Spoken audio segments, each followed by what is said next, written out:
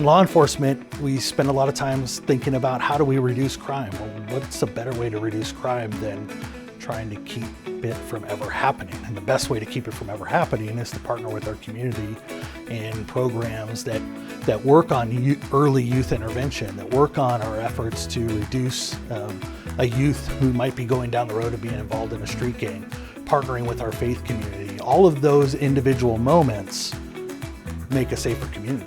Really, in Escondido, we believe community policing is a philosophy that impacts the entire department and how we operate. When you really summarize each one of these partnerships, so you have our police athletically, and we get to have a moment where our police officers are able to have a positive interaction with these kids playing basketball, being involved in sports activities. Police Athletic League is basically, it's sports and education programs for children and mentorships as well. What we're trying to do is build a bond between the police department and children in the community. As we deal with a segment of the population that don't always trust police. That's a great crime deterrent because you get the kids when they're young, and then when they get older, like I say, they have a respect for the police department. We've got safety issues in the community as well, so we teach kids a lot about safety, how not to get kidnapped, how not to be a victim of a crime.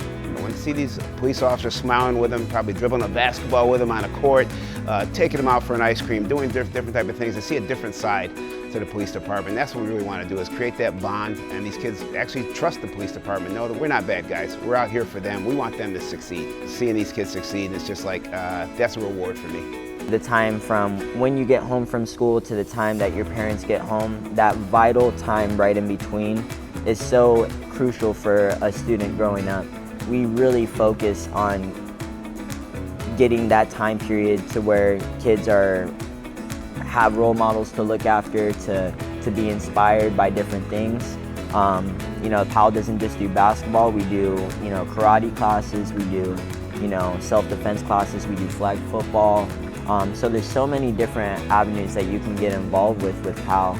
And I think through that kind of builds a relationship with the police here in Escondido and the community here in Escondido as well. You don't want to grow up seeing the protectors of your city as an enemy. You want to see them as like, hey, this is my friend, this is somebody I can go to for help at any point in time in my life. And that's the way I looked at it. And for me, I think any kid that gets involved in Powell would be truly benefited by that. Then there's our juvenile diversion programs, and these are our youth that start to go down that way. They come in interaction with law enforcement, they broke some sort of law, and then instead of sending them into the juvenile justice system, we divert them over to our partners in Compact, who then work on getting to the bottom of why is this behavior going on and what can we do to help them from going further down that bad road. Compact is a community-based organization that was birthed out of youth that were still falling through the cracks, and this community said we're not going to have that.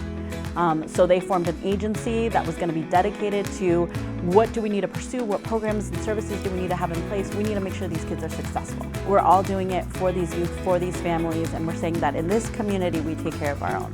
We did a lot of just workforce development at the start because that was the need, right? The need was let's get them jobs, let's get them employability skills, and then it became, as we had those youth, wait a minute, those youth also have families that are struggling just in their housing. So then we do homeless prevention. And then we find, well, there's still a huge gang nexus. So then we do prevention programs. And then we find, wow, like drugs are inundating our whole communities. So then we do drug-free communities. It is what else can we do to make sure that there's not one kid that falls through the cracks, that each kid has at least the opportunity to connect, that has one person that can be their lifeline. For the ATD, Alternative to Detention program, we basically create case plans for youth who've been referred by probation, for public defenders or repeated offenders. We build case plans to support them and to help them out when they face a judge, when they go to the court, so they can represent themselves well in front of a jury and a judge. So ultimately we give them decision-making classes, like I said before, counseling. We want youth to be able to represent themselves well in front of a judge. I check in with the youth weekly.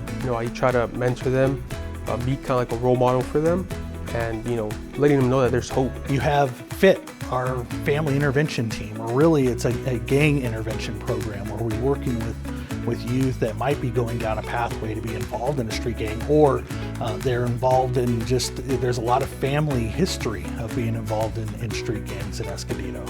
And we're surrounding them by mentors and law enforcement to help keep them from going down a pathway. I think I started FIT when I was in 5th grade. That helps me in life by learning to treat other people with respect and don't be mean to them and don't make them feel bad about themselves. I like how the FIT people are nice to the kids and makes them feel welcome. Get some good people to look up to here. Yeah. Oh, it's helped me by not making me do the same mistakes I did in 1st grade, and helped me not get in trouble anymore. People that I look up to are usually there to help me, and my parents who are more proud of me. Are you proud of you? Yeah. Throughout all the various programs through Compact and PAL and the school district programs, we're impacting thousands of kids.